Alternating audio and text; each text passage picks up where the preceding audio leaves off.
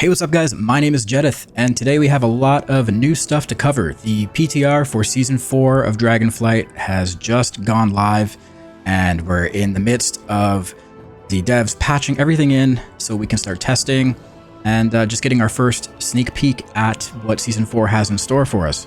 So if you're not up to date as of yet, how Season 4 is working is all 3 raids from Dragonflight are coming back. So that means Vault of the Incarnates, Aberrus, and Emir Drasil. So we're going to have all 3 raids back. And in terms of Mythic Plus, we're going to have all of the Dragonflight dungeons, the base 8 of them. They're going to come back, and they're going to be the new Mythic Plus pool. That's not going to include Dawn of the Infinites. Those are still going to be available on Mythic 0. And obviously that Mythic 0 is going up in eye level. So those are still going to be available to run. You'll probably still be running them at the start. But in terms of Mythic Plus and pushing keys, that's going to be the initial 8.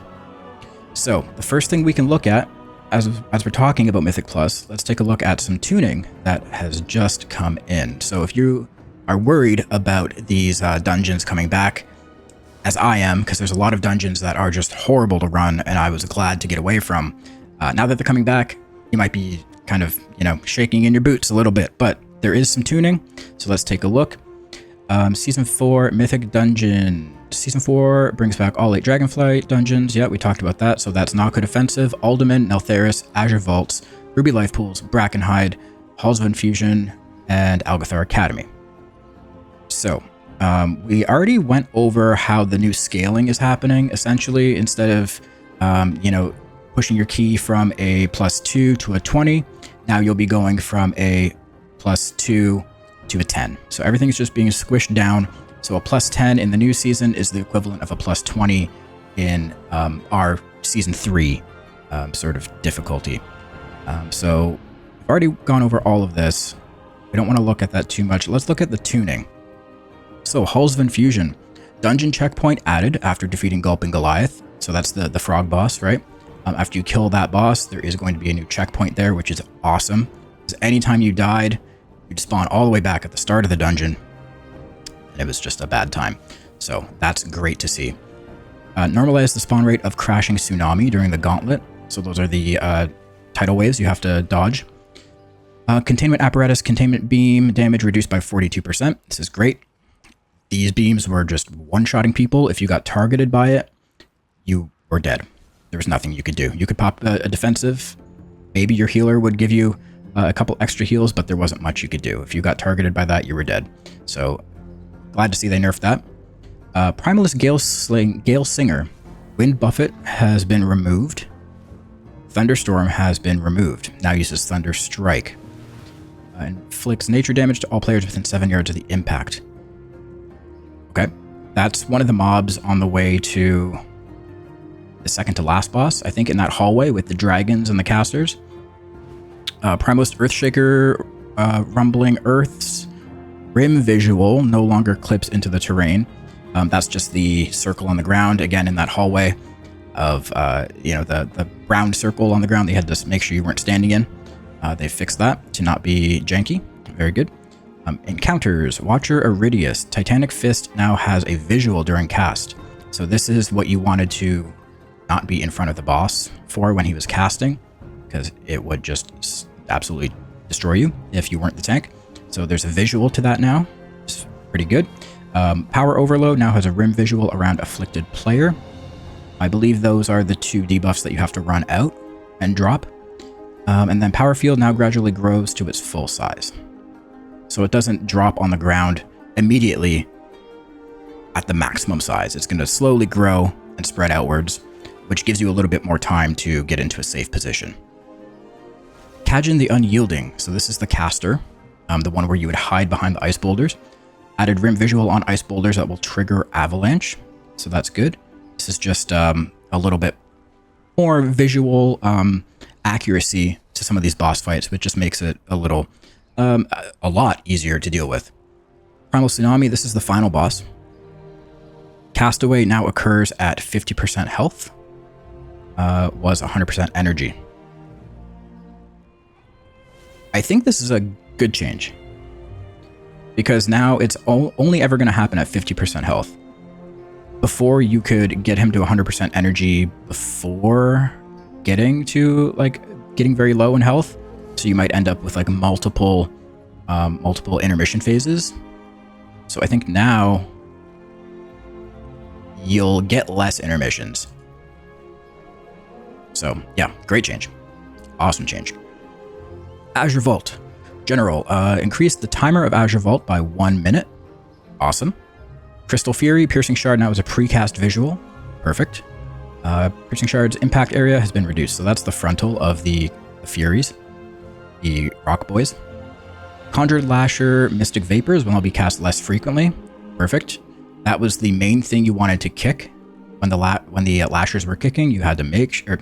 The Lashers were casting, you had to make sure you kicked it. Otherwise, you would get stunned and your whole group would wipe. So, great to see that they're casting that less frequently. That means less kicks. And less coordination required, especially in pugs. Arcane Tender's Erratic Growth cast time has been increased to 3.5 seconds, was 2.5. Great, just more time to react to that cast happening. Unstable Curator Heavy Tome will now be cast less frequently. Again, another thing you had to kick. Did a lot of damage. Draconid Breaker Shoulder Slam's knockback has been removed. Interesting. So that is the hallway that a lot of people ended up skipping towards the end of that season. And they're the big Draconids that would fixate on a player and just like dart towards them, right? And if they hit you, they would knock you down and knock you back. So they've moved that. Shoulder Slam now inflicts physical damage and increases physical damage taken by 10%. And it's cast less frequently. So that makes this mob a lot easier to deal with, a lot less annoying. I think this is a good change. I think this dungeon is probably going to be a lot better to run after these changes. I'm hoping to see a bit more, but I think this is definitely pushing Azure Vault to be kind of a fun dungeon to run. If we're getting more time and some of these pain points are being addressed, this is good. Encounters. Laymore, this is the first boss, now follows current target player. Oh, Erupting Fissures now follows current target player. Okay. Azure Blade, that's the second boss. Reduce the frequency of periodic damage from overwhelming energy to every 2.5 seconds, was every 2 seconds. So that's just less pulsing damage. Umbral Skull, Oppressive Miasma, removed in Mythic difficulty. Oppressive Miasma, was that the slow? Crystallize now pulses arcane damage while the crystal is shielded, so that's the big crystal. Crackling Vortex now has a larger movement radius. Not sure how these changes are going to work. We'll have to see. Brackenhide Hollow, Rotbow Stalker renamed to Rotbow Ranger. Shoot now has a recast of 6 seconds. Diseased Meat renamed to Rotten Meat and now is a Poison Dispel. Brackenhide Shaper, Summon Lashers has been removed. Touch of Decay has been removed. Stink Breath. Ooh, everyone's worst nightmare. Stink Breath. Violent Whirlwind's radius has been reduced to 6 yards, was 7. Stink Breath now locks facing after targeting a player. Stink Breath now has a visual while casting. Okay. That's good. That's good. Everyone hated this mob, and you would avoid him at all costs if you could. I don't know if this will make him something you would actually want to kill now. I think maybe you'll still avoid him if you can. If you can, like, lock gate across where he is, or invis past, or whatever. We'll have to see. Gutstabber Withering Poison has been removed. Bracken Warscourge Bloody Bite has been removed. Clawfighter Bloody Bite has been removed. Decay Speaker's Rot Chanting Totem has been removed. A lot of these were very annoying aspects of the trash in that dungeon. So, like I said earlier, they are making a lot of changes to the major pain points of these dungeons that made people just absolutely hate them. So this is great to see. This is just like the first passive tuning, and we're probably going to see a lot more. Encounters Hackclaw's Warband. This is the first boss. Predatory Instincts. Haste bonus has been reduced to 5, was 10%. Mark for Butchery damage frequency has been increased to 1 second, was 0.5 seconds. Gash Frenzy's damage reduced by 21%. Gash Frenzy's duration reduced to 15 seconds. was 45 seconds. So that's the bleed. So they reduced the damage of the bleed and reduced how long it actually stays on you. Massive change. Massive change. Algathar Academy. Spellbound Scepter Arcane Rain has been removed. So that was just the blue swirlies that would spawn on the ground that you had to dodge. Spectral Invoker's Arcane Missiles damage has been reduced by 50%. Encounters Croth. So this is the bird boss. Firestorm's frequency has been removed, or has been reduced. So that's just the big fire swirlies on the ground. I guess the frequency at which they spawn has been reduced, meaning there's going to be more available and open space on the floor for you to dodge into. Savage Peck's initial and periodic damage has been reduced. Very good. Echo of Doragosa, Unleash Energy added as the new mythic mechanic. They didn't give much information on this, so we'll have to see. We'll have to come back to this one. Neltharis. Each burning chain can only be used once. So those are the chains that you can pick up throughout the dungeon. You pull them and you hit mobs with them. So they can only be used once. So that's not just like before you could have multiple players using each one. Now it's only usable by one player. Burning Chain now stuns all enemies in it and increases their damage taken by 50% for 5 seconds. So the main difference here in how this is going to work is that it's not going to scale with the key level. And this is the main thing, right? Because what you would do back when this dungeon was relevant, we were doing it in Mythic Plus, the chains became such a crucial part in your strat to time the keys because the damage they did to the mobs would scale as the key level went up and up and up. So when you were doing very high keys, those chains would just end up deleting the mobs that you would use it on. So now what it does is that it's just going to stun everything, which is good, and it's increasing their damage taken by 50%, meaning you're going to do more damage to those targets instead of the chain being the thing that's doing the damage. Great change. Encounters Chargath. Fiery Focus. Pulsing damage near Chargath has been removed. Okay. Fiery Focuses now channels damage on current target. Grounding Chain now persists on defeated player. That's good. That's very good. Because sometimes you would get somebody in your group, they'd get the chain on them, and what you have to do is run the boss through the chain, but if that person died while the chain was on them, that chain would just go away. And then the only choice your group had in that moment was to find a way to live until the phase ended. So this is good. Grounding Chain now does a small knockback to the player when applied. This is good. Just gets them away from the boss just a little bit. Gives you a little head start. Warlord Sarga. Curse of the Dragon Horde now stacks. So that's the dispellable curse that you get on you when you pick up a treasure. Curse of the Dragon Horde duration reduced from 2 30 seconds. It was 5 minutes. Okay, so it only lasts 30 seconds now, but it can stack.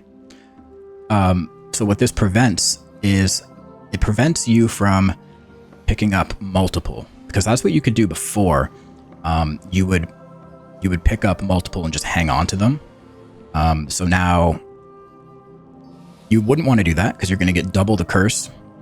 But it only lasts 30 seconds. And then Azure Stone of Might has been removed. Not sure what that is. That might be the one that charges you into the boss. If anyone can confirm that in the comments, let me know. Not good offensive. Boss. Nothing for bosses, it looks like. Oh, the bosses are down here. Nakud Longbow. Multi-shot has been removed. Rain of Arrow will now cast less frequently. Nakud Beastmaster Hunt Praise damage bonus has been reduced by 25%. Nakud Thunderfist Storm Shock has been removed. Primalist Storm Speaker Stormbolt has been removed.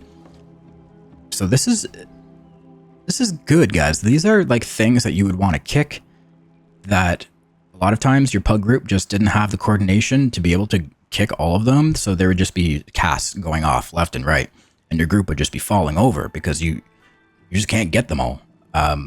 This is good. This is really good. It's making pugs a bit more viable to do.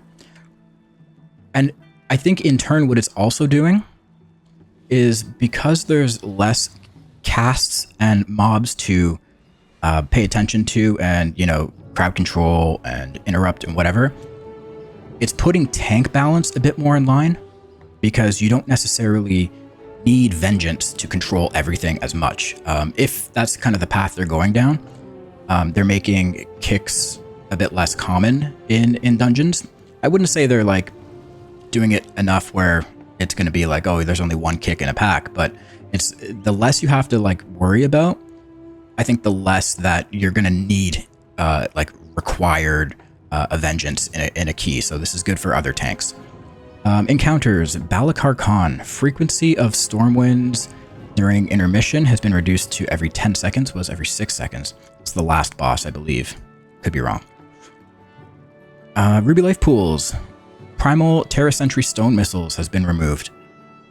I can't think of what that is, but it's been removed, so we don't have to worry about it. Encounters, Kairaka. So this is the last boss. Inferno Core's duration has been increased to 4 seconds, was 3 seconds. This is the dot, I believe, that it puts on players.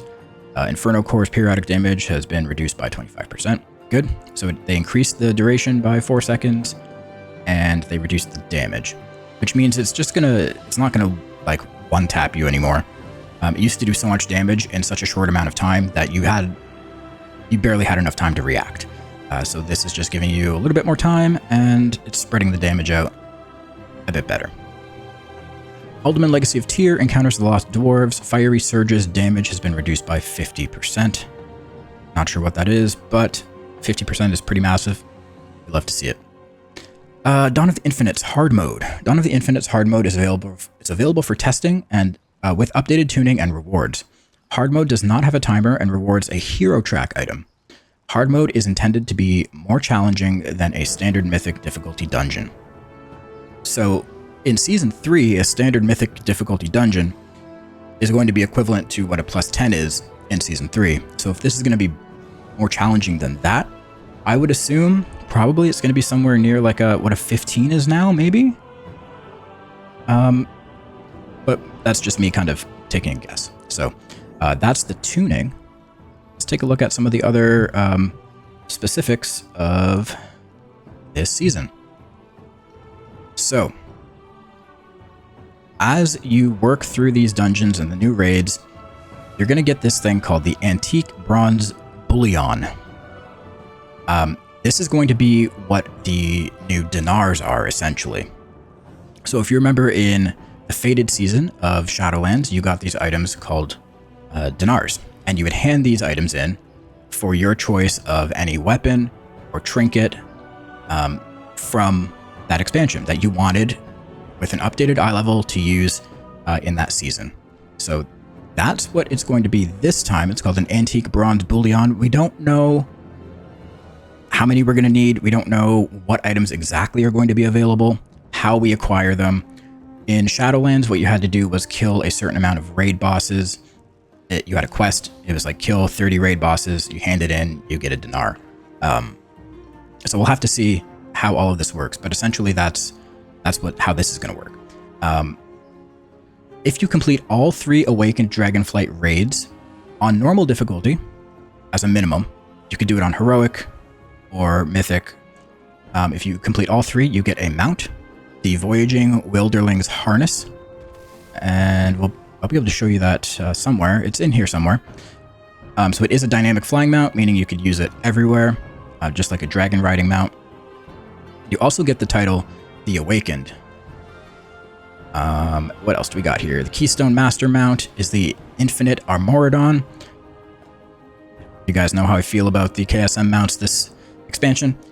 I hate them. I think they're pretty lackluster. And I feel like we should get a bit more flair and pizzazz when it comes to our KSM mounts, because why are we getting ground mounts in a flying expansion? Anyways, moving on. As you complete all 3 Dragonflight raids on Mythic difficulty in the new season, you are getting portals to each of them, just like you get portals to the dungeons. You're going to get a portal to the raid. So in terms of tier tokens, you're going to be looting tokens, and you're going to hand them in for tier. Now, the tier that your class is going to get is whatever your class is voted on. There was a vote that happened last year at some point, and the community got to vote on either tier 1, tier 2, or tier 3 from this expansion that you guys wanted to get again for your season 4. So for Havoc, for example, everyone voted for the season 3 tier bonus, which is the one that we have currently, the Throw Glaive one. So that's what we'll be getting in season 4. Legendary items will drop as usual from raids. Players who have previously obtained them can purchase a Scale of Awakening to upgrade their items to the season 4 eye levels. Base is 502 and then can be upgraded further through crests and flight stones. So I have some questions about this that I don't think they've really specified yet. First question is, if you have the legendary already, are you able to buy this item right away? How much is it going to cost? Where do you get it? It seems like it wouldn't be just available right away. That seems like it wouldn't be the case if you can just upgrade automatically to 502. But is it going to cost dinars? We'll have to see. Or whatever they're called now. Bullion. Somebody in the comments can tell me how to pronounce that. The new PvP season, obviously there's the gladiator mount, titles, all the same stuff that usually comes with a new PvP season. There is Ahead of the Curve. So for heroes working towards the Emir Drasil feat of strength, a reminder that you'll need to obtain Ahead of the Curve Farak the Blazing before season 4 begins, and the achievement is no longer available to earn. So if your guild is still working on Ahead of the Curve, make sure you get this completed before season 4 happens. There is no official date yet for season 4, but I would imagine my best guess is it's going to line up whenever Plunderstorm ends. So probably about 5 weeks from now. That's just me guessing.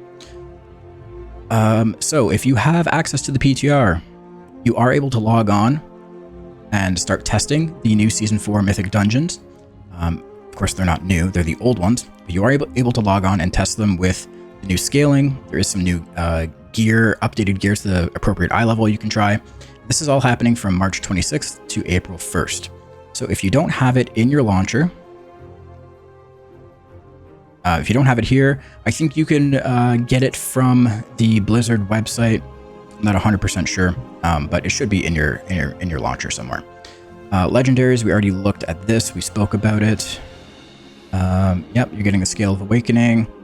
So if you do have Firalath or your Evoker legendary, you will be able to upgrade it, and you will still use it, which is awesome. I was afraid that these legendaries would become irrelevant in the new season, so very happy to see that we'll be able to use these.